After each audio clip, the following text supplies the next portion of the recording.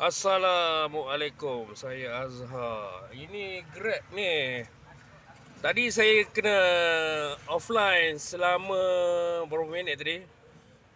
10 minit jugalah sebab saya hantar passenger daripada Indramayu Kota 8 ke Berjaya Mega Mall menggunakan Maxim. Jadi Grab saya reject saya tak online, dia block, dia kena offline.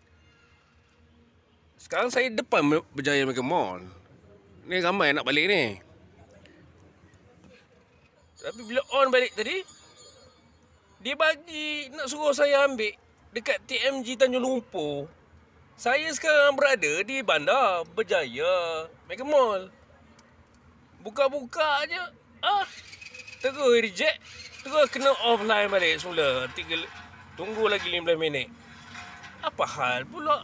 Macam nak kena pergi TMG Tanjung Lumpur. Lepas tu pergi dekat, dapat RM4, RM5. Apa jadah tak berbaloi langsung. Macam mana ni? Takkanlah nak kena buat Grab di KL pula. Kalau Kuantan jadi macam ni selalu, pakainya boykot lah Grab.